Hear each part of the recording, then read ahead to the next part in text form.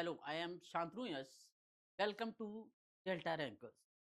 जैसे कि कमीशन, अब आज जो कमीशन जो हमेशा यूपीएससी कमीशन इकोनॉमी में किस तरह की चीजें पूछता है और कैसे इकोनॉमी को जो कॉन्सेप्चुअल चीजें होती हैं और उनको पढ़कर इकोनॉमी को कैसे सोल्यूशन निकाला जा सकता है, उस तरह की चीजों का हम फॉलो करेंगे। ठीक है। और उस तरह की चीजों को फॉलो करेंगे तो जिसमें हम पहला जो चैप्टर देखेंगे इकोनॉमी में, वो चैप्टर कौन सा होगा? वो होगा economics, demand supply and nature of market. Economics में demand supply and nature of markets. Economics economics economics और इकोनॉमी दो वर्ड होते हैं, ये चीज ध्यान में देना।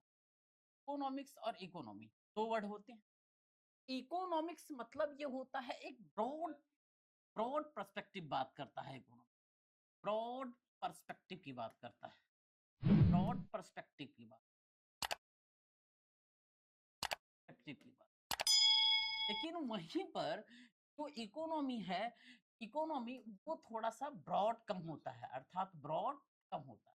अर्थात इकोनॉमी जो बेसिकली इकोनॉमिक्स पढ़ते हैं वो पीएचडी वाले होते हैं, जो रिसर्च वाले होते हैं उस एरिया में होता है। लेकिन इकोनॉमी क्या होता है? एक बेसिक अंडरस्टैंडिंग ऑफ लाइफ, जो लाइफ से जुड़ी होती है, लाइफ के लिए मूलभूत आवश्यकताएं होती हैं, वो होता है। तो जो हम बेसिकली हम लोग जो पढ़ते हैं वो इकोनॉमी पढ़ते हैं कि बजाय इकोनॉमिक्स के। हम देखते हैं कि इकोनॉमिक्स में हम जो अब ये पढ़ेंगे, demand supply and nature of market. क्या पढ़ेंगे? पहला चैप्टर जो होगा वो होगा demand demand supply and nature of market. अच्छा, बात तो ये हुई कि demand supply and nature of market तो है। अब हमें इन चैप्टर जो इस चैप्टर में स्टार्ट करेंगे, हमें जानना होगा डिमांड क्या होती है। ठीक है। तो अब इस चैप्टर की जब शुरुआत करते हैं तो हम ये जानते हैं इकोनॉमिक्स किस ग्रीक वर्ड से होकर बना। अगर बेसिक से स्टार्ट करते हैं तो इकोनॉमिक्स की बात करते हैं तो वो आइकोनोमिया से बना है। आइकोनोमिया से बना है। अगर आइकोनोमिया को हम सिंपली दो वर्डों में तोड़ते हैं तो फर्स्ट ऑफ ऑल आइकोस, आइकोस। देन सेकेंड होता है नोमिया, नोमिया, नोमिया। इट मीन्स आइकोस मतलब ये होता है कि आपका हाउस होल्ड, आपका हाउस होल्ड, आपका घर। जैसे घर में आप रहते हो, जिस घर में आप रहते हो, घर में रहते हो। और नोमिया मतलब होता है मैनेजमेंट, अर्थात प्रबंधन, प्रबंधन। तो इन चीजों से, दोनों चीजों से मिलकर आप देखते हो घर का प्रबंधन। अच्छा, घर का प्रबंधन, घर के प्रबंधन में हम देखते हैं, मान लीजिए कि हमारा ये एरिया है तो इसमें क्या होगा? घर होगा। जब घर होगा, ये घर इस तरह, बहुत सारे घर होंगे। ये है घर, ये है घर, ये है हाउस, ये है हाउस, ये है house। ऐसे ढेर सारे घर होंगे। ये तो नहीं है कि एक घर से मिलकर बना हुआ होगा। इस एरिया में जो ढेर सारे घर होंगे, ये आपके मैप में भी देखे जा सकते हैं। अगर मैप में हम देखें तो ढेर सारे घर को, तो वो क्या होंगे? ये मैप में हम, अगर हम देखें तो यहीं पे मेरा जो अपना एरिया होता है जिसे कहते हैं इंडिया अर्थात भारत, वो होता है। क्या? अर्थात भारत, वो होता है। इस भारत में अलग अलग क्या होंगे? स्टेट होंगे। स्टेट अर्थात राज्य होंगे। इन स्टेटों में अलग अलग डिस्ट्रिक्ट होंगे। डिस्ट्रिक्ट होंगे अर्थात जिला होंगे। इन जिलों में अलग अलग ब्लॉक होंगे और अलग अलग ब्लॉक में अलग अलग विलेज होंगे। जब अलग अलग एरिया में अलग अलग चीजें होंगी तो अलग अलग लोगों की जो सोसाइटी है जहाँ पे ये सेटलमेंट हुआ है, इनकी डिमांड भी तो अलग अलग होगी। जब इनकी डिमांड अलग होगी तो उसी हिसाब से सप्लाई भी तो होगी। डिमांड चलती है सप्लाई के बेसिस पे और डिमांड जहाँ है वहाँ सप्लाई ऑटोमेटिकली होने लगती है। रीज़न उसका होता है क्योंकि वैसे ही उनका जो इनकम होता है वो इनकम जनरेट करता है डिमांड। इनकम जनरेट करता है डिमांड को। उस एरिया में हम एक चीज़ को ये जानना चाहते थे, क्यों ऐसा हो रहा है? ठीक है? अब इस मोटा-मोटा हमें समझ में आ गया कि घर के प्रबंधन में, जैसे घर के मैनेजमेंट में क्या होता है? मान लीजिए कि डैड होते हैं, अर्थात पिताजी होते हैं, भाई होते हैं, ब्रदर्स होते हैं, तो वो कुछ ना कुछ घर के एक मुखिया होते हैं, जो घर के पूरे इनकम सभी लोग जो कमा के आते हैं, उनके पास पैसा होता है। मान लीजिए कि पूरे घर के इनकम का 10 लाख रुपए उनको मिलता है 1 महीने में। 1 महीने में 10 लाख जो मिलता है, तो वो डिसाइड करते हैं कि हम किन-किन एरिया में प्रायोरिटी सेट करते हैं, किन-किन एरिया में हम इसको खर्च करेंगे। जैसे क्लॉथ्स खरीदना होगा बच्चों का, जैसे आप फूडिंग होगी, खाना मतलब खाना इतने का खाना है, दाल, राइस है, पल्सेस है, व्हीट है, इतना-इतना उनको क्या करना है, स्टॉक के रूप में घर में रखना है, जो कि 1 मंथ पूरा कंप्लीटली हो सके। उसी प्रकार से कोई प्रोग्राम्स घर में हो गए, प्रोग्राम में इतने खर्च होंगे। उसी प्रकार से किसी की हेल्थ इश्यूज़ हो गए, तो हेल्थ इंश्योरेंस से रिलेटेड होंगे। उसी प्रकार से कोई एलआईसी हो गई या एलआईसी से संबंधित होंगे। उसी प्रकार से कुछ सेविंग्स हो गई, बैंक में सेविंग्स रखना है। तो इन सब चीज़ों का एक सुचारू रूप से प्रक्रिया चलती रहे, इसी को हम कहते हैं घर का प्रबंधन। जब घर का प्रबंधन की बात हो गई, तो इसका मतलब ये है कि ये एक इकोनॉमिक्स है, ये एक इकोनॉमिक्स है। वहीं पर जैसे ही अब आगे बढ़ते हैं कि इकोनॉमिक्स तो समझ में आ गई, व्हाट इज़ इकोनॉमिक्स? तो अब इकोनॉमिक्स को नाम देने वाला कोई पिता भी तो होगा, जो इस नाम को दिया होगा। तो इस नाम को देने वाले जो फादर्स ऑफ इकोनॉमिक्स हैं, वो हैं वो हैं एडम स्मिथ, वो हैं एडम एडम स्मिथ जो थे, ये कहाँ थे? ये स्कॉटिश हैं, स्कॉट के हैं, स्कॉटिश हैं, अर्थात ये कहाँ के हैं? ब्रिटेन के हैं, ब्रिटेन के हैं। जब ये ब्रिटेन के हैं, तो इनका जो जब जिस टाइम इन्होंने दिया था, तो किसमें दिया था? वो इन्होंने जो दिया था, उस टाइम का जो टाइम फेज़ था, उनकी एक बुक थी, उस बुक के माध्यम से इस चीज़ों को दिया गया था। अच्छा वो बुक कौन थी? ये पूछा जाता है कि उस बुक किस मतलब क्या था? An inquiry into the nature an inquiry into the nature query into the nature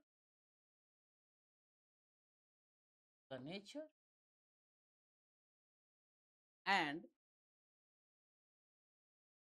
causes of the wealth of nation and causes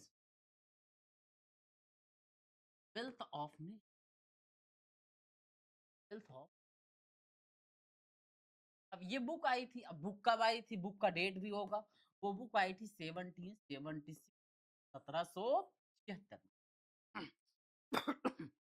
जब 1776 में बुक आई थी, उसमें कहा गया था कि हमारा जो इकोनॉमिक्स है, जो अर्थशास्त्र है, उसका मूल काम क्या है? घर के प्रबंधन के विषय में बताना, घर के सुचारू रूप से प्रबंधन के विषय में बताना कि कैसी प्रक्रियाएँ रहेंगी, घर की प्रक्रियाओं में कैसा हमारा ये चलेगा कि उनमें कैसे खाना है, फूडिंग है, लॉजिंग है, रहना है, कहीं आना-जाना, उसके जो स्पेंड होंगे पार्टिकुलर, जोड़ के जब असेंबल किए जाएँगे, तो मंथली जो खर्च होगा, वो कैसे मैनेज होगा, ये घर के प्रबंधन। जब वहीं पर हम इस चीज़ को देख लेते हैं, तो हमें आगे इसकी चीज़ हम देखते हैं कि इकोनॉमिक्स के कुछ ब्रांच भी होते हैं। इकोनॉमिक्स के कुछ ब्रांच भी होते हैं। अगर इकोनॉमिक्स के ब्रांच में हम देखें, तो ब्रांच क्या होंगे? शाखाएँ, branches of economics, branches of economics, अर्थशास्त्र की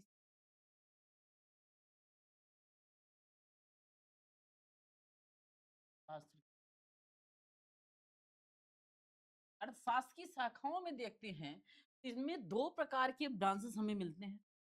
2 प्रकार के मिलते हैं। फर्स्ट ऑफ ऑल मिलता है माइक्रो इकोनॉमिक्स, माइक्रो इकोनॉमिक्स।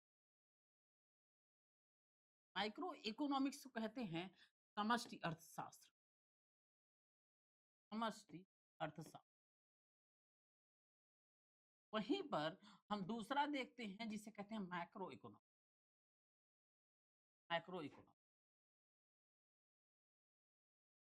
कहते हैं व्यष्टि अर्थशास्त्र, व्यष्टि अर्थशास्त्र। जब व्यष्टि अर्थशास्त्र में हम देखते हैं तो हमें 2 चीज़ मिलती है। जहाँ पर माइक्रो की बात होती है, वहाँ पर इंडिविजुअलिज़्म की, अर्थात बहुत बड़ी इंडस्ट्री की बात हम वहाँ पे नहीं करते। इंडिविजुअल फर्म्स की बात करते हैं।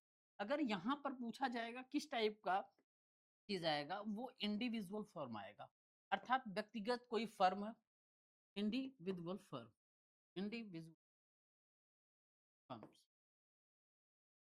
जब इंडिविजुअल फर्म आएगा तो इंडिविजुअल इंडस्ट्री भी है,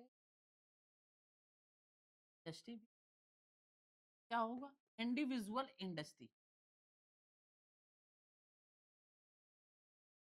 अब इंडिविजुअल इंडस्ट्री मतलब क्या है कि आपने जैसे कैब्स की इंडस्ट्री स्टार्ट कर दी, ऑटोमोबाइल की इंडस्ट्री स्टार्ट कर दी, ग्लासेस की इंडस्ट्री स्टार्ट कर दी, तो जो भी आपका है उस चीज़ को आपने स्टार्ट कर दिया। जब ये चीज़ स्टार्ट कर देते हैं तो वहीं पे हम देखते हैं इंडिविजुअल मार्केट भी होता है। इंडिविजुअल मार्केट, इंडिविजुअल, आपने कोई शॉप खोल दिया, ये टी शॉप खोल दिया आपने, कोई और मोबाइल शॉप खोल दिया आपने, कोई और बिग मार्केट खोल दिया आपने। ये आपका इंडिविजुअल मार्केट है, ठीक है? इंडिविजुअल मार्केट है जिसमें आप अपना सब कुछ लगाएँगे और लगाने के बाद जो आउटपुट होगा उसको आप रखेंगे। इसी प्रक्रिया में हम देखते हैं कि अब जो हमारा जो माइक्रो इकोनॉमिक्स में चीज़ें आती हैं, तो उनमें ढेर सारी चीज़ें होती हैं कि ये डिमांड से संबंधित, ये चीज़ें जो हैं आपकी डिमांड से संबंधित हैं, क्योंकि चैप्टर ही डिमांड का है। तो अभी हम दोनों को चीज़ देख लेंगे तो इसके मतलब क्या है, ये किन चीज़ों से होकर आई हैं, इसका मतलब हम समझें। हमें मोटा-मोटा समझ में आया, समष्टि अर्थशास्त्र में हम इंडिविजुअल फर्म को रखते हैं, इंडस्ट्री को रखते हैं और उसके साथ-साथ हम क्या रखते हैं, मार्केट रखते हैं।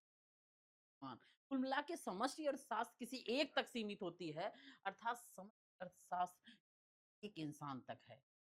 ना कि अलग-अलग इंसान के तक, मतलब ये। और वहीं पे बेस्ट अर्थशास्त्र देखेंगे तो ये एरिया में होगा, अर्थात इसमें ये पर्सन है, ये पर्सन है, ये पर्सन है, सो ऑन।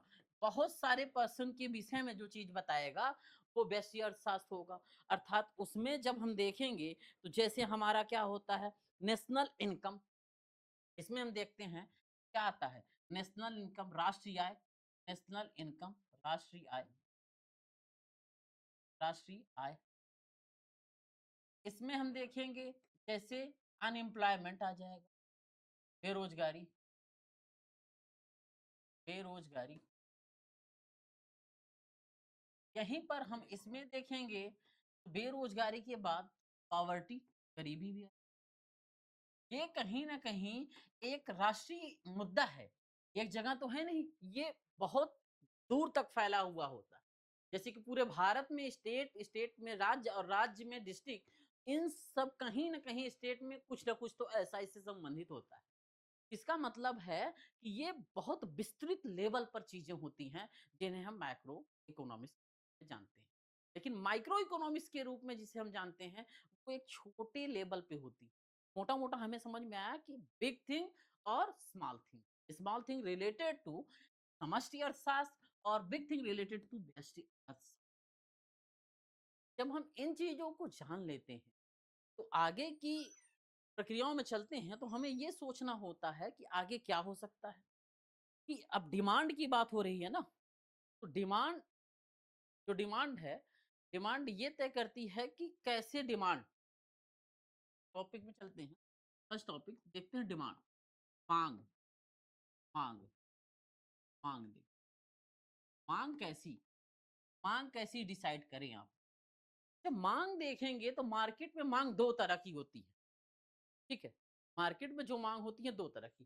पहली माँग अगर हम डिमांड देखें, तो ये है पहला डिमांड उसमें कि अगर कोई व्यक्ति है, डिमांड कर रहा है, 2 चीज़ों पे करेगा।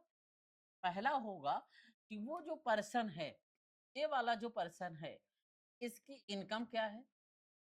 ये आय क्या है? आय। और इसका जो दूसरा है, जैसे आय होगी, डिमांड कैसी है? ठीक है? डिमांड कैसी? अर्थात माँग क्या है? तो माँग जो होती है, वो कीमतों पर अगर कीमत अधिक, तो माँग कम होगी। ये जनरली सामान्यतः देखने को मिलता है। ठीक है? सामान्यतः देखने को मिलता है। लेकिन कभी-कभी इसका उल्टा भी मिलता है, लेकिन बहुतायत रूप में हम इसको देखने को पाते हैं। जब इन प्रक्रियाओं में बहुतायत रूप में हम देखने को पाते हैं, तो ये जो हमारा माँग आधारित चीज़ें हैं, डिक्रीज़ और इंक्रीज़ की बात। तो ये हमें ये बताता है कि फर्स्ट टाइम जो एक्सप्लेन किया जाता है डिमांड एंड सप्लाई। जिन्हें कहा होगा कि भाई डिमांड होगा तो सप्लाई कैसे होगी? अगर डिमांड की माँग हो रही है, तो सप्लाई भी वहाँ पे होगी और सप्लाई तब होगी, डिमांड तब होगी जब इनकम अच्छा होगा। समझ में आई? जहाँ पे इनकम अच्छा है, वहाँ पे डिमांड भी ज़्यादा होगी और जहाँ पे डिमांड होगी, तो वहाँ पे सप्लाई भी होगी। आईडीएस 3 चीज़ का, जहाँ पे आय अच्छी है, वहाँ पे माँग होगी और जहाँ पे माँग अच्छी होगी, वहाँ पर सप्लाई भी होगी। और जब सप्लाई तो डिमांड और सप्लाई से संबंधित थ्योरी सिस्टमैटिकली दिया गया और वो थ्योरी देने के लिए 18 जो थ्योरी दी गई, वो 1830 में दी गई, अल्फ्रेड के माध्यम से दिया गया। अल्फ्रेड मार्शल अल्फ्रेड मार्शल ने डिमांड और सप्लाई से संबंधित थ्योरी दिया। सिस्टमैटिकली सिस्टमैटिकली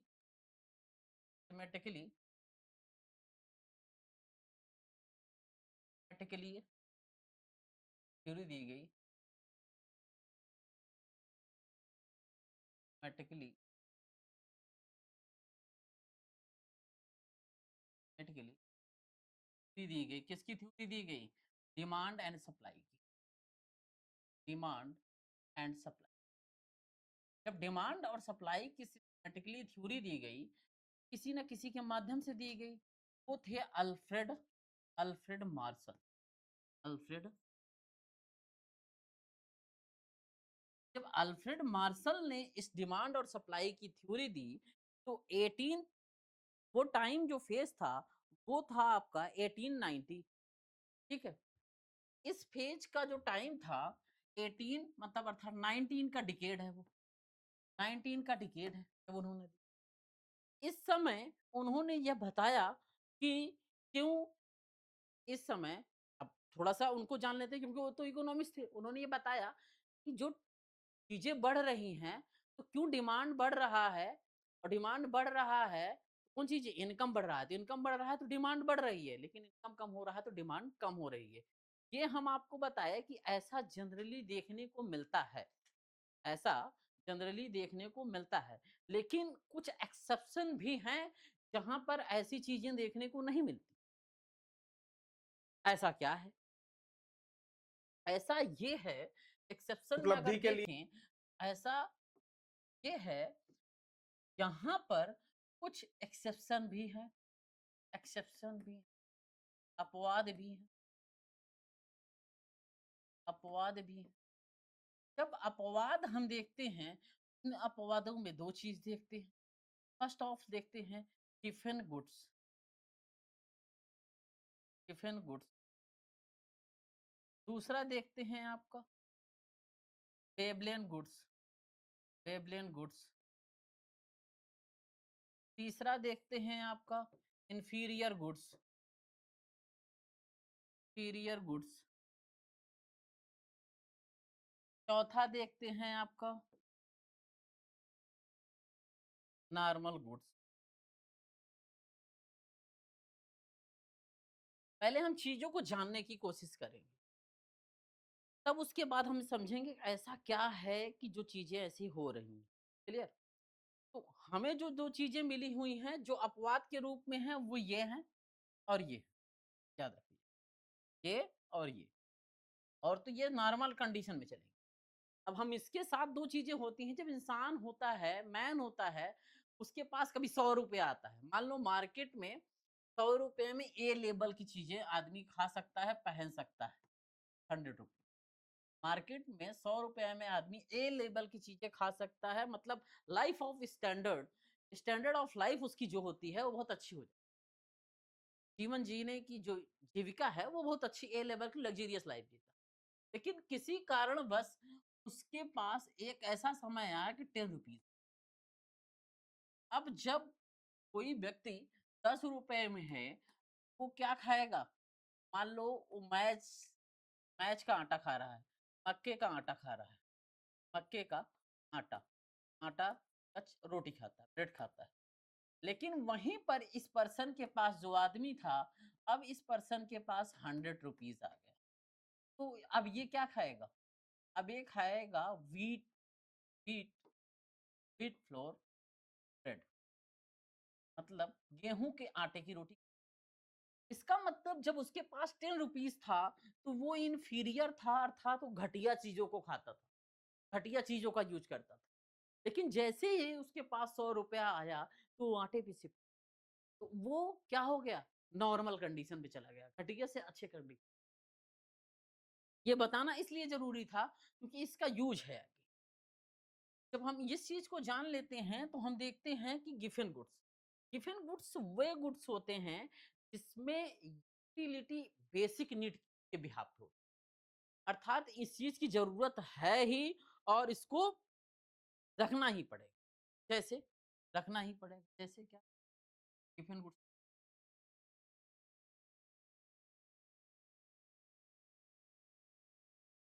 जैसे इस चीज़ की ज़रूरत है, इसे रखना ही पड़ेगा, तो इसमें हम पहला देखते हैं कि जैसे मान लो आप पोटैटो है पोटैटो है। पोटैटो की कीमत बढ़ेगी। पहले पोटैटो की कीमत ₹10 और ₹10 में पोटैटो कितना आता था? 1 केजी आता था। अब पोटैटो की कीमत ₹100 हो गई। अब पोटैटो कितना आ रहा है आपका? पोटैटो अब आ रहा है 250 ग्राम, 150 ग्राम। ऐसा क्यों? मतलब पहले ये क्वांटिटी थी पोटैटो की। अब क्वांटिटी क्या हो रही है पोटैटो की? डिक्रीज़ हो रही है।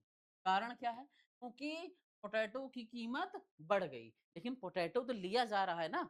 इसका मतलब ये है कि इस दाम बढ़ने के साथ-साथ डिमांड कम नहीं हो रही है, माँग हो रही है। इस प्रकार की चीज़ों में बेसिक चीज़ें होती हैं, जैसे पोटैटो हो गया आपका, जैसे आपका एक तरफ देख लिया जाए सिगरेट हो गई आपकी, ठीक है? दूसरी तरफ देख लिया जाए राइस हो गया, सिगरेट हो गया आपका, राइस हो गया आपका, चावल हो गया। ये चीज़ बेसिक नीड है। अब कहोगे कि ये सिगरेट क्यों बेसिक नीड है? रीज़न क्या है कि कुछ लोगों को एक मतलब एक एडिक्शन टाइप का हो जाता है, तो उनको छोड़ने में समय लगता है। पहले वहीं पर सिगरेट का दाम देखते थे, जो चीज़ें 8 में थी वही 10 में चली गई हैं, जो 10 में थी वही 15 और 14 में चली गई हैं। लेकिन अब आज भी जो एडिक्टेड हैं, वो ले रहे हैं, कंज़म्पशन कर रहे हैं। अ, अब वहाँ पे राइस है, तो राइस विदाउट खाना तो नहीं खा सकते ना। राइस तो थोड़ा ही लेंगे लेंगे ना। इस प्रकार से गिफिन गुड्स में डिमांड बढ़ने के साथ जैसे ही उसका इनकम कम भले हो, लेकिन डिमांड जैसे ही बढ़ेगी, डिमांड बढ़ती जाएगी, चाहे कास्ट बढ़ता रहे। समझ पाए? तो कीमत बढ़ने के साथ-साथ गिफिन गुड्स में डिमांड भी बढ़ती है, कम नहीं होती। इसीलिए इसको अपवाद के रूप में, ठीक, समझ में आई बात? गिफिन गुड्स में एक चीज़ ये होता है, आप देखें, पहली चीज़ गिफिन गुड्स में ये होगी, इसमें जो इनकम होगी, वो कम होगी, अर्थात नेगेटिव होगी। लेकिन इसमें जो डिमांड होगी वो पॉजिटिव, माँग जो होगी वो पॉजिटिव। ये भी पूछ लेते हैं गिवन गुड्स क्या है? गिवन गुड क्यों अपवाद है? गिवन गुड्स में माँग कैसी होती है? पॉजिटिव होती है कि नेगेटिव होती है? और नेगेटिव होती है तो क्यों ऐसा होता है? क्लियर? वहीं पर हम देखते हैं कि Veblen goods Veblen goods Veblen goods wavelength wavelength goods क्या होता है? ये स्टेटस से संबंधित होता है। स्टेटस अर्थात ये दिखाता है कि इस स्टैंडर्ड ऑफ लाइफ व्यक्ति का कैसा है। Standard of life, standard of life व्यक्ति जी कैसे रहा है। जीवन, जीविका, जीविका उसकी कैसी है? जीविका कैसी? क्या जीविका उसकी लग्जीरियस है? लग्जीरियस है। लग्जीरियस मतलब क्या जो चीजें यूज कर रहा है वो पंप एंड शो दिखावे वाली चीजें हैं? दिखावे वाली चीजें हमेशा कॉस्टली होती है मोस्टली। क्या जो चीजें यूज कर रहा है वो कॉस्टली है? अर्थात फर्स्ट फॉर्च्यूनर से चल रहा है कि नहीं? दूसरा एंड सेकंड, क्या वो डिफेंडर लिया है क्या? देन देन थर्ड, क्या वो लेवाइस पहन रहा है? देन फोर्थ, वहीं हम देखते हैं जो शूज का यूज कर रहा है क्या नाइक का शूज है? क्या और कोई ब्रांड है? तो कुल मिला के इस एरिया के लोग दिखावे के चलतन अर्थात अपने पंप एंड शो के लिए, अपने स्टेटस के लिए महंगी सी महंगी चीजों का यूज करते हैं। महंगी से महंगी चीजों का वो दिखावा करते हैं। इसीलिए इसमें कीमत बढ़ने के साथ साथ डिमांड बढ़ती हुई भी दिखाई देती है। कारण यही होता है। तो ये दो आपके क्या होते हैं यहाँ पे एक्सेप्शनल अपवाद के रूप में पाए जाते हैं। लेकिन अगर वहीं पे हम देखें तो अगर डिमांड कर्व देखें, बेसिकली अगर डिमांड कर्व देखें, डिमांड कर्व ये होता है। डिमांड कर्व ये है। अब डिमांड कर्व जब ये है तो इसमें हम ये देखते हैं, मान लीजिए कि कहीं यहाँ से शुरू हुआ, यहाँ से डिमांड शुरू हुई, ठीक है, यहाँ से शुरू, मान लो इस ऐसे ऐसे, मान लो यहाँ तक, अब यहाँ से शुरू, अब यहाँ से आया, अब यहाँ से शुरू हुआ तो यहाँ से आया। आप देख रहे हैं जैसे जैसे अगर एक एरिया मान लो ए है और ये बी और सी, इसे हम मान लें रेट, इसे मान लें यहाँ पे जो हो आपका ये यूनिट हो जाए, क्वांटिटी यूनिट हो जाए, क्वांटिटिव यूनिट हो जाए, ठीक है, ये कोई चीज है और यहाँ पर वो गुड्स है, गुड्स से संबंधित बात हो रही है। यहाँ पर जो हो रहा है आपका वो वैल्यू हो जाए, इनकम वाली चीजें हो जाए, अर्थात प्राइस, प्राइस ऑफ गुड्स हो जाए। यहाँ पे क्या हो जाए, ये वाला price of goods, price of, आप देख रहे हैं कि जैसे ही प्राइस ऑफ गुड्स बढ़ेगा वैसे ही क्वांटिटी नीचे जाएगी। तो जनरली हम देखते हैं कि डिमांड जो होती है, ये डिमांड वाली चीजें हैं, डिमांड जो होती है वो प्राइस के बढ़ने के साथ साथ डाउनवर्ड्स की ओर आती है। लेकिन दो चीजों में हम डिमांड देख रहे हैं, अर्थात गिफेन गुड्स और वेबलेन में जो है डिमांड बढ़ने के साथ साथ आपकी, डिमांड बढ़ने के साथ साथ आपकी प्राइस भी बढ़ रही है, यही समझाना। लेकिन इन प्रक्रियाओं में जैसे ही हम आगे चलते हैं, जैसे आप कैसे, अगर मान लीजिए कि आप कोई एक चीज खरीद रहे हो, एक चीज खरीद रहे हो, मान लो एक चीज, कोई एक यूनिट कोई चीज खरीद रहे हो क्वांटिटी में, और वो उसकी वैल्यू क्या है, 3 रुपीज, 3 रुपीज है। लेकिन अब उसकी वैल्यू क्या हो गई, अब 3 यूनिट कोई चीज खरीद रहे हो, उसकी वैल्यू 1 रुपीज हो। आप देख रहे हो कि जैसे ही उसका कि इन कॉस्ट घट रहा है वैसे ही क्वांटिटी उसकी यूनिट में बढ़ती जा रही है। इसका मतलब है कि demand according to price set होता जा रहा है, लेकिन जो आपके बेसिक नीड हैं उसमें नहीं हो रहा है, लेकिन जो आपके स्टेटस वाले नीड है उसमें नहीं हो रहा है। ठीक है, यहाँ तक समझ में आ गया हो। जैसे ही हम इस चीज को समझ लेते हैं, income and price effect of goods की बात करते हैं। ठीक है, income and price effect of goods की बात करते हैं, तो उसको हम पहले ही समझा दिए, लेकिन अब देखते हैं income and price effect of goods. Income and price effect, price effects of good, income and price effects of goods की बात करते हैं। जब इनकम और प्राइस इफेक्ट ऑफ गुड्स देखते हैं, इनमें हमें क्या मिलेगा, इनमें हमें ये मिलता है कि 3 प्रकार की चीजें हमने देखी, फर्स्ट, सेकेंड और थर्ड। पहला हमने देखा था गिवन गुड्स,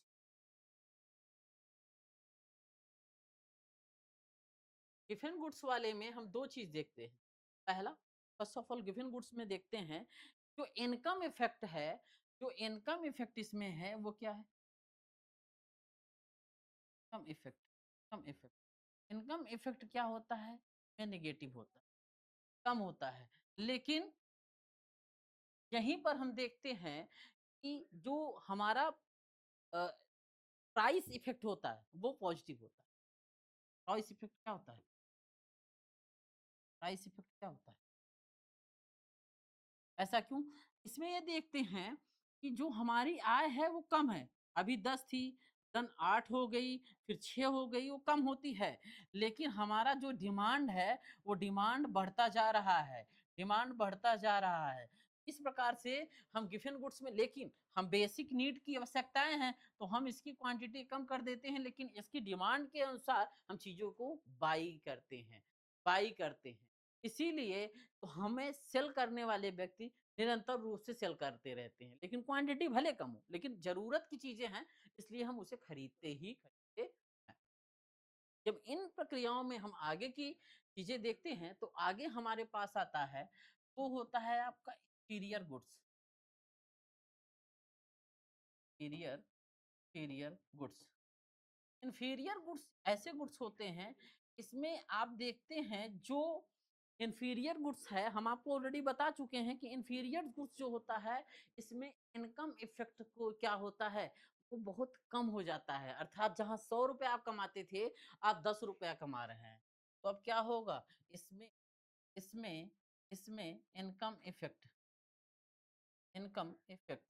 अब क्या होगा? इनकम इफेक्ट आपका नेगेटिव रहेगा। जैसे ही इनकम इफेक्ट आपका नेगेटिव रहेगा, वहीं थर्ड आप देखते हैं, वो होता है नॉर्मल इफेक्ट, होता है नॉर्मल नॉर्मल सामान्य प्रभाव। सामान्य प्रभाव में भी दो चीजें होती हैं। इनकम इफेक्ट यहाँ पे होता है, इनकम इफेक्ट आय प्रभाव। आय जो प्रभाव होता है, आय का प्रभाव जो होता है, उसको हम देखते हैं तो वो क्या होता है, वो पॉजिटिव होता है। लेकिन आपका प्राइस इफेक्ट जो होता है वो निगेटिव होता है। प्राइस इफेक्ट क्या होता है आपका? नेगेटिव होता है। ऐसा क्यों? क्योंकि आप देखते हैं इंफीरियर वाले कंडीशन में इनकम आपकी कम है। आप बहुत कम पैसा हो गया है, या तो आपकी जॉब चली गई है, उस कंडीशन में फील कर रहे हो।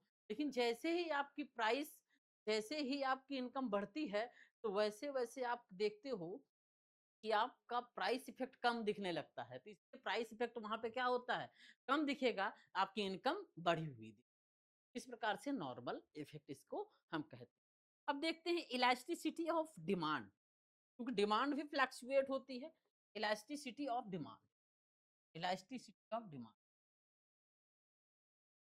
इलास्टि इलास्टिस elasticity of demand.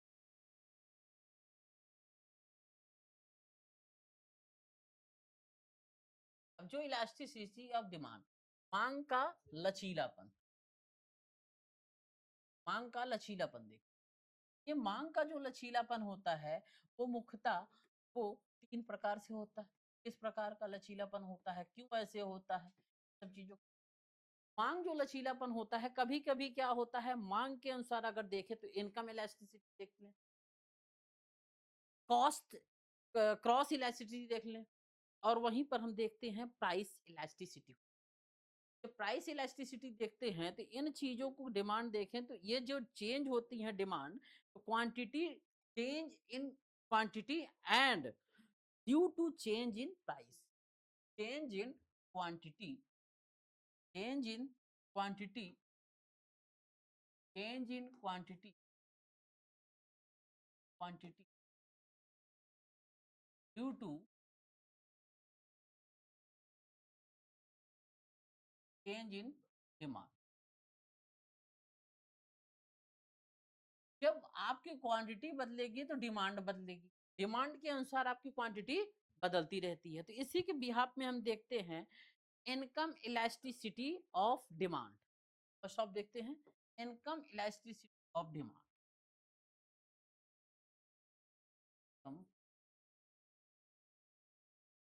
Elasticity of demand. जब इनकम इलास्टिसिटी ऑफ डिमांड देखते हैं, दूसरा आप देखते हैं cross cross elasticity of demand, cross इलास्टिस इलास्टिस elasticity of demand.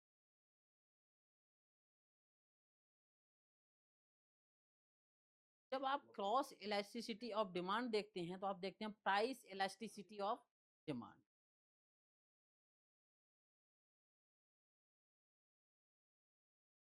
Elasticity of demand of price elasticity of demand. तो जब इन तीन कैटेगरी को देखते हैं तो इसका मतलब क्या है? इनकम इलास्टिसिटी डिमांड देखते हैं कि जब आपका डिमांड का परसेंटेज चेंज होता है। हम देखते हैं, इस वाले को देखते हैं, इसको हम लिख सकते हैं EI, लिख सकते हैं EI। जब आपका परसेंटेज किसका चेंज हो? डिमांड का। डिमांड चेंज इन डिमांड क्या होता? जब चेंज इन डिमांड मांग में परिवर्तन हुआ, मांग में प्रतिशत, मांग में परिवर्तन हुआ, मांग में परिवर्तन हुआ। जैसे ही मांग में परिवर्तन होता है, वैसे ही आप देखते हैं कि चेंज इन इनकम क्या होगा? Percentage change in change in आपकी मांग जो होगी वो आपकी आय के अनुसार परिवर्तित होती है। तो जैसे ही चेंज परसेंटेज डिमांड मतलब जो डिमांड होता है, परसेंटेज चेंज इन डिमांड जैसे ही होगा, मांग जैसे ही प्रतिशत की चेंज होगी, प्रतिशत में जो भी आपका 1%, 2%, 4%, 5% जैसे ही परिवर्तित होगी, वैसे ही आय भी परिवर्तित होती हुई तुरंत चली जाएगी, आप ये देखेंगे वहीं पर। अब इस प्रकार से हम देखते हैं, इनमें हमें देखने को ये मिलता है, एक तरफ डिमांड चेंज हो रही है तो एक तरफ इनकम। डिमांड जैसे जैसे इनकम चेंज होती जा रही है वैसे वैसे डिमांड बदलती जा रही है। कम इनकम कम डिमांड, ज्यादा इनकम ज्यादा डिमांड। वहीं पर क्रॉस इलास्टिसिटी देखते हैं, तो मान लीजिए क्रॉस इलास्टिसिटी ये है कि कोई चीज है, जो चीज ए है, मान लीजिए कोई चीज, इसमें क्या है? Cross elasticity. मान लीजिए कोई चीज है, वो चीज कोई ए है, दो चीजें हैं मान लो, इसको हम लिख सकते हैं क्रॉस को EC, इसी। तो मान लो कोई वस्तु ए है, कोई चीज ए है और बी, ठीक है। एक ए है जिसका क्या है कि उसकी क्वांटिटी ऑफ डिमांड्स गुड्स की, क्वांटिटी ऑफ डिमांड गुड्स जो है इसकी ए वाले की, quantity of quantity of quantity of demand demand of goods A, of goods A, ये quantity of demand goods A की चेंज हो रही है। तो वहीं पर आप देखेंगे कि जो उनकी इनकम है, अर्थात प्राइस ऑफ रिलेटेड गुड्स भी चेंज होगा। यहाँ पे बटेंगे price of price of price of related related goods भी गुड्स भी गुड्स भी चेंज। अर्थात ए की क्वांटिटी बदलेगी तो बी की प्राइस बदलेगी, ये होगा। क्रॉस मतलब किसी एक पर क्वांटिटी जिसकी कम हो रही है, दूसरे की प्राइस क्या हो रही है? चेंज हो रही है। तो ये क्या कहलाता है? Cross elasticity of. वहीं पर प्राइस इलास्टिसिटी और डिमांड की बात करते हैं। प्राइस इलास्टिसिटी ऑफ डिमांड जो होती है, percentage change in demand, percentage change in demand, percentage percentage percentage अब इसको हम देखते हैं EP, percentage change in demand, change in demand प्रतिशत में मांग परिवर्तित हुई, तो हम क्या करेंगे? Percentage change in price, change in price की बात करें कि क्या होगी? उनकी कीमत भी क्या होगी? परिवर्तित होती चली जाएगी। इस प्रकार से जैसे जैसे ये चीजें आप देखते जा रहे हो परिवर्तित होती जा रही हैं, कहीं यहाँ पे देख रहे हैं हम इनकम इलास्टिसिटी ऑफ डिमांड में परसेंटेज चेंज इन डिमांड्स, तो वहीं पे इनकम इनका चेंज होता जा रहा है। क्वांटिटी में डिमांड इनका चेंज होता जा रहा है तो इनका प्राइस चेंज होती जा रही है। वहीं पर यहाँ पर देख रहे हैं कि डिमांड इनका चेंज हो रहा है तो प्राइस। इस प्रकार से परिवर्तन क्या हो रहा है, एक तरफ से होता हुआ चला जा रहा है। इन तरीकों में से हम ये देख रहे हैं कि मेन वैल्यू जो दिखा रहा है वो डिमांड को दिखा रहा है। और डिमांड किस पर निर्भर कर रहा है? इनकम पर निर्भर कर रहा है। और इनकम किस पर निर्भर कर रहा है? उसके सप्लाई पर निर्भर। अर्थात एक चीज जरूरी है कि विदाउट इनकम आपका, एक चीज याद करना, अगर इनकम आपका अच्छा है तो आपकी आपकी डिमांड भी अच्छी, और डिमांड जब आपकी अच्छी होगी तो आपकी सप्लाई भी। ये माइंड में ध्यान में रखना। एक जैसे ही इस चीज को हम समझ लेते हैं तो हम देखते हैं types of price elasticity of demand. Types of price elasticity of demand. Types price elasticity elasticity of demand. अब जब हम इसका टाइप्स देखेंगे तो फर्स्ट ऑफ ऑल देखते हैं परफेक्टली इलास्टिक डिमांड। क्या होता है perfectly elastic? Perfectly elastic elastic तो परफेक्टली है। वहीं पर देखते हैं perfectly in elastic demand. Perfectly in elastic demand दूसरा होगा परफेक्टली इन इलास्टिक। वहीं पर हम तीसरा देखते हैं, वहीं पर हम थर्ड देखते हैं यूनिटरी इलास्टिक। वही टाइप्स देख रहे हैं।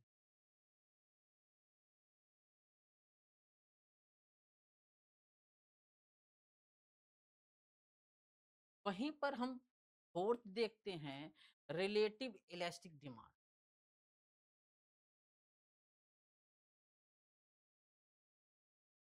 Relative elastic. वहीं पर हम फिफ्थ देखते हैं relative relative in elastic of demand. अभी इसमें कुछ समझे नहीं होगे, हम जान रहे नहीं, क्योंकि आप जानते हैं विदाउट एनी चेंज या लिटिल चेंज इसमें होता है। पहले वाले में ये क्या है कि फर्स्ट ऑफ ऑल देखते हैं ये चेंजेस नहीं होता without any change or little change little change little change होता है। अच्छा, लिटिल चेंज जो होता है आपका वो प्राइस में होता है। में होता है प्राइस में। लिटिल चेंज आपके प्राइस में होता है। वहीं पर हम देखते हैं कि जो आपका डिमांड होता है वो क्या होता है, इसमें एक्सपेंशन होता है। डिमांड का क्या होता है? डिमांड बढ़ती जाए, एक्सपेंशन होता है। अर्थात इसमें जो प्राइस है, प्राइस में तो चेंज नहीं होगा, पहली चीज होगा वो तो बहुत नॉमिनल होगा। इसकी डिमांड क्या होती है? बढ़ती जाए। वहीं पर परफेक्टली इन इलास्टिक डिमांड में हम देखते हैं कि यहाँ पर प्राइस चेंज होंगे और डिमांड भी चेंज होती है। प्राइस चेंज होंगे और डिमांड भी चेंज हो जाएगी। फर्स्ट क्या होगा?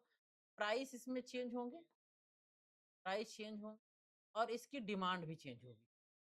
डिमांड क्या होगी? चेंज। वहीं पर देखते हैं unitary elastic unitary elastic demand. जब यूनिटरी इलास्टिक डिमांड देखते हैं, यहाँ पर परसेंटेज जो इनका होता है परसेंटेज चेंज इन प्राइस।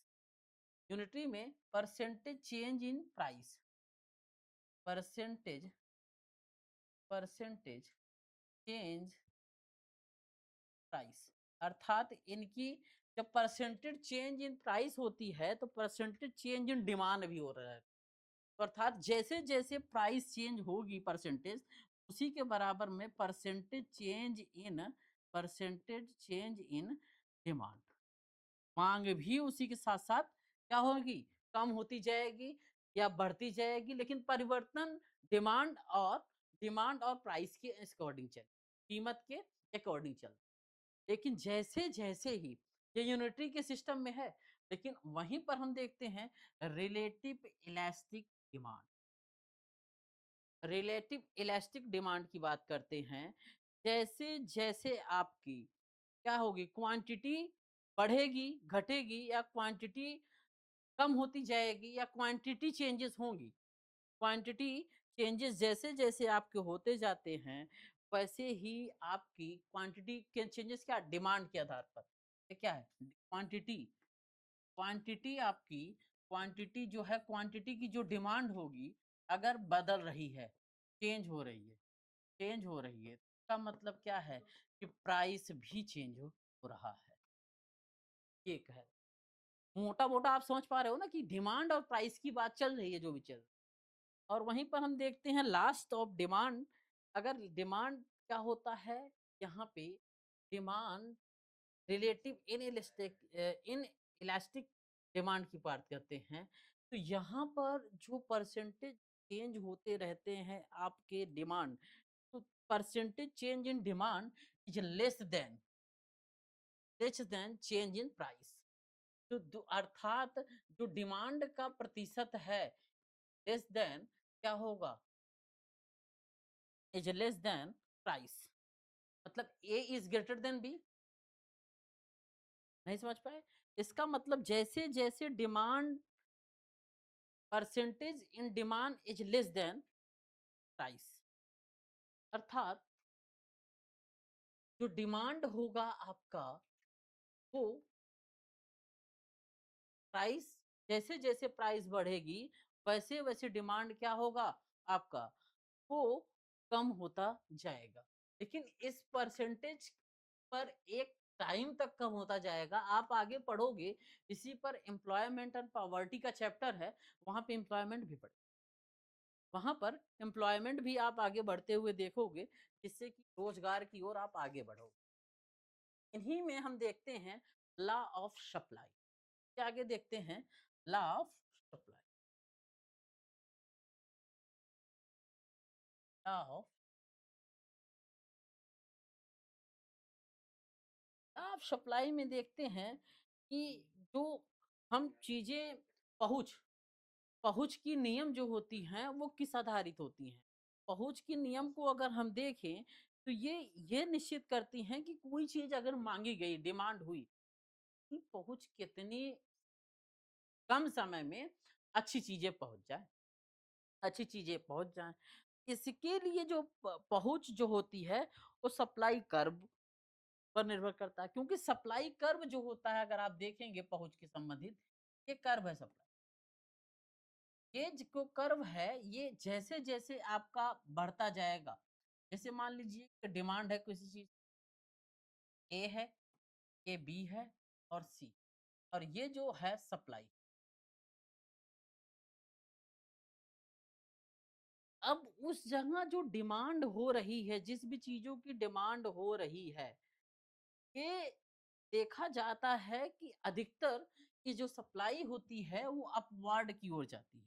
किसकी ओर जाती है, अपवार्ड, अर्थात सप्लाई बढ़ती जाए। क्यों? क्योंकि ये देखा जाता है कि डिमांड जो है, वो बढ़ता जा रहा है, तो हमारी सप्लाई क्या हो रही है, बढ़ती जा रही है। इसीलिए कहते हैं, जहां भी इनकम अच्छा है, वहां पर डिमांड बढ़ेगी, और जहां डिमांड बढ़ेगी, तो वहां सप्लाई बढ़ेगी। तो आप इस एरिया को लेते हुए जैसे नोएडा को देखो, नोएडा में हर नोएडा में देखोगे, अभी भी उसको मिनी कनाडा के रूप में भी देख लो, आपको सबसे ज्यादा वो मॉडर्नाइजेशन की ओर जा रहा है।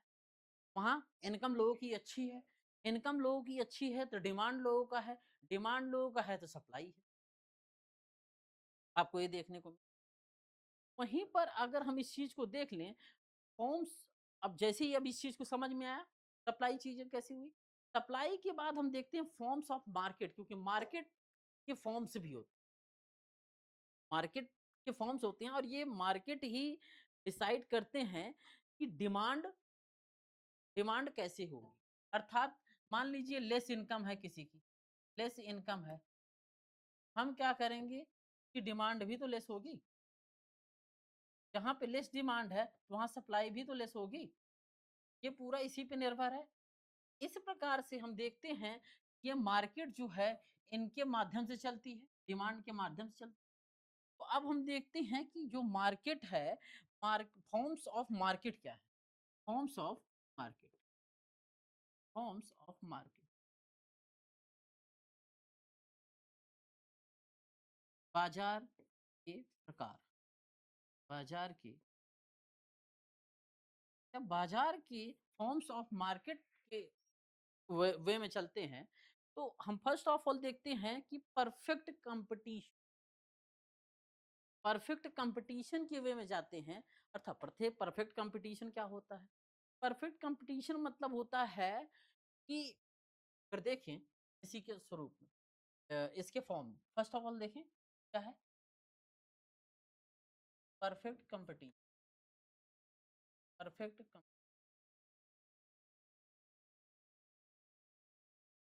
परफेक्ट कंपटीशन देखते हैं, इसमें large number of buyer and, first of all इसमें क्या होते हैं?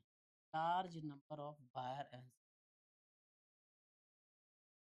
Large number buyers, large number of buyer and seller, buyer and, जब large number of buyer and seller होते हैं, तो free entry and exist of, हर जो हमारे फर्म्स होते हैं, फ्री फर्म्स को जो है फ्री एंट्री और एग्जिस्ट में, फर्म्स जो होते हैं उनकी जो एंट्री होती है वो फ्री होती है, फ्री एंट्री और एग्जिस्ट होती है, free entry and exist.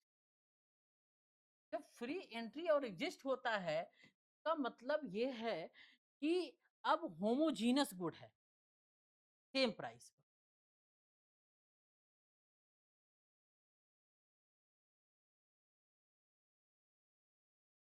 Homogeneous goods क्या है?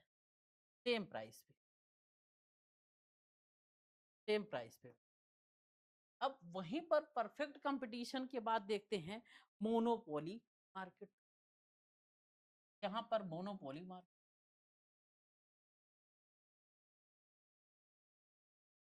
मोनोपोली, इस मोनोपोली मार्केट में देखते हैं कि एकाधिकार दबदबा रहता है।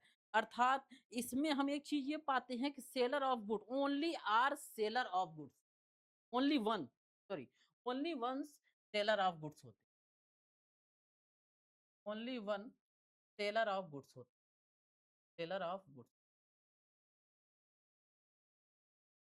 जब only one seller of goods होते हैं, तो नो क्लोज सब्स्टिट्यूट्स, इसका कोई क्लोज सब्स्टिट्यूट नहीं होता है। जो इसके सब्स्टिट्यूट्स होते हैं, कोई क्लोज नहीं होते। अर्थात इसकी कोई अदर वो नहीं है कि मतलब इसको छोड़ के अदर सब्स्टिट्यूट चुना जा सकता। वहीं पर restriction on the entry of firms होते हैं, मतलब जो फर्म्स होते हैं उसके लिए रिस्ट्रिक्शन होता है कि उसके लिए निषेधात्मक रूल बनाए होते हैं, उनके उनको रोका जाता है कि आपका एंट्री नहीं है। इसीलिए तो मोनोपोली वाला सिद्धांत हो, मोनोपोली होगा ना, किसी एक का अधिकार होगा। और complete control over the price, में जो प्राइस होती है, जो आय, जो जो कीमत होती है, वो उसमें कंप्लीट नियंत्रण होता है। फिर आप देखते हैं monopolistic competition, monopolistic competition, monopolistic competition, जब मोनोपोलिस्टिक कंपटीशन देखते हैं, इसमें अब उसकी अपेक्षा थोड़ा सा ज्यादा अच्छा है। मेनी बायर्स एंड सेलर्स होते हैं, मतलब बहुत बहुत सेलर होंगे, बेचने वाले बहुत होंगे, खरीदने वाले बहुत होंगे। ठीक है, इसमें sellers product is different from each others, अर्थात इनके अलग अलग कलर के जो सेलर के प्रोडक्ट होंगे डिफरेंट होंगे, भिन्न भिन्न होंगे, इनके कलर्स अलग अलग होंगे, इनके डिजाइन अलग अलग होंगे। ये इस प्रकार की चीजें किसमें आती हैं? मोनोपोलिस्टिक एंड कंपटीशन में आती हैं कि जो बहुत से सेलर और बायर यहाँ पे हों। वहीं पे ओलिगोपोली देखिए, ओलिगोपोली, ओलिगो ओलिगो ओलिगोपोली के अंतर्गत चीजें क्या होंगी इसमें लिमिटेड नंबर ऑफ फर्म्स होंगे। मतलब जो फर्म्स होंगे उनकी एक लिमिटेड नंबर्स होंगे। ये नहीं कि वो ज़्यादा हो सके, कम हो सके। एक लिमिटेड है, सीमित है, इतने होना चाहिए। लार्ज नंबर ऑफ बायर्स होंगे इसमें। जो खरीदने वाले होंगे वो ज़्यादा होंगे। और बैरियर बैरियर टू एंट्री और एग्जिस्ट, जो एंट्री और एग्जिस्ट के लिए एक बैरियर बनाया गया, ये नहीं एक बैरियर है, रोक है, हाँ, रोक बनाया जाएगा। Effect of price or output decision of one firms on another. मतलब क्या होगा कि जो आउटपुट होगा, इफेक्ट जो दिखेगा one forms to anothers form के अकॉर्डिंग। इस प्रकार से हम देखते हैं कि जो पॉजिटिव इकोनॉमी होती है उसमें हम देखते हैं इनकम बढ़ने के साथ साथ डिमांड बढ़ती जाती है।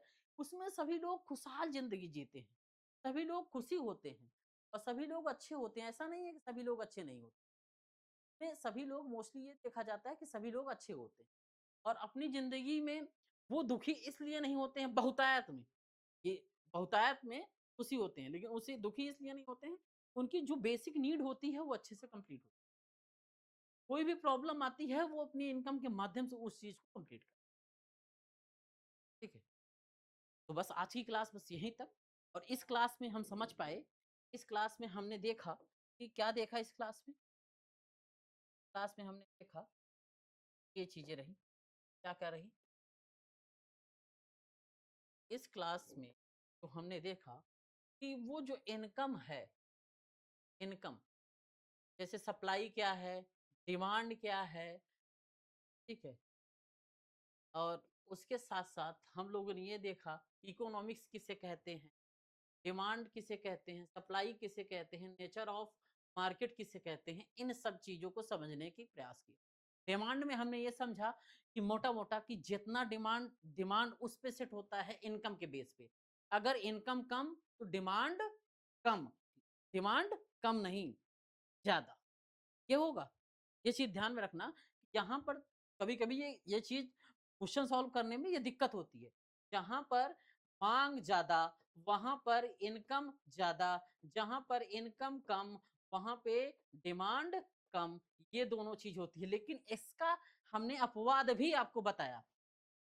अपवाद गिफेन गुड्स एंड बेबलेन गुड्स में बताया कि कुछ चीज़ ऐसी होती हैं गिफेन गुड्स में जो बेसिक नीड के लिए ज़रूरी होती हैं, जैसे पोटैटो, पल्स, राइस, व्हीट, ये सब ज़रूरी हैं। तो इसमें क्या होगा, इनकम बढ़ने के साथ-साथ आपकी डिमांड भी बढ़ती जाएगी, जो जनरली आपका जो थ्योरी कहती है कि डिमांड इनकम बढ़ रहा है तो डिमांड बढ़ेगा, डिमांड बढ़ ड इनकम घट रहा है तो डिमांड घटेगा। तो उस थ्योरी का जो रूल है उसको फॉलो न करते हुए ये एक्सेप्शनल रूप में होता है, जिसमें ये कहा जाता है कि ये चीज़ बिना लिए इंसान नहीं रह पाएगा, इसलिए क्योंकि इसकी ज़रूरत ही पड़ेगी। वहाँ पर डिमांड बढ़ने के साथ-साथ आय भी, चाहे आय पर नेगेटिव प्रभाव तो पड़ता है, लेकिन डिमांड बढ़ने के साथ-साथ उसकी प्राइस भी बढ़ती जाती है और उसकी डिमांड भी बढ़ती जाती है। इन दोनों के रूप में ये देखें कि आय भी बढ़ रहा है, किस चीज़ का इनक कि उनका इनकम का आय नहीं, उनका नेगेटिव पड़ रहा है, लेकिन उसका कॉस्ट पर्सपेक्टिव से देखें, तो कॉस्ट भी बढ़ रहा है उसका, लेकिन डिमांड वही है। उसी प्रकार से हम अदर वे में चलें, बेबलियन गुड्स में हम स्टेटस देखते हैं, स्टैंडर्ड ऑफ लाइफ, जो लाइफ जीविका है, वो जीविका को हम दिखाने के लिए, पंप शो करने के लिए डिफेंडर से चलते हैं, फॉर्च्यूनर से चलते हैं, लेवाइस का चीज़ पहनते हैं, नाइकी का चीज़ पहनते हैं। तो उसको दिखावे के लिए वहाँ पे हम देखते हैं कि कॉस्ट भले ज़्यादा हो, लेकिन डिमांड बढ़ी ही रहती है, बढ़ी ही रहती है। फिर उसके बाद हम इन्फीरियर चीज़ों में देखा कि हमने कहा कि जहाँ पे हमारी ₹10 इनकम है, तो हम मक्के की रोटी खा रहे हैं। लेकिन हमारी ₹100 इनकम हो गई, तब हमारी रोटी क्या हो गई? गेहूँ की हो गई, व्हीट की हो गई। तो अर्थात इन्फीरियर मतलब घटिया पहले चीज़ें खाते थे, अब थोड़ी अच्छी चीज़ें खाने लगे। तो उन चीज़ों को हमने देखा। फिर आगे चल के हमने देखा कि ये जो डिमांड है, डिमांड बेसिकली किस पे रुका हुआ है? डिमांड बेसिकली इनकम पे रुका हुआ है। इनकम जैसा डिमांड वैसी, डिमांड जैसी सप्लाई वैसी। आज हम लोग एक टॉपिक पूरा कंप्लीट करते हुए क्लास को यहीं वाइंड अप करते हैं।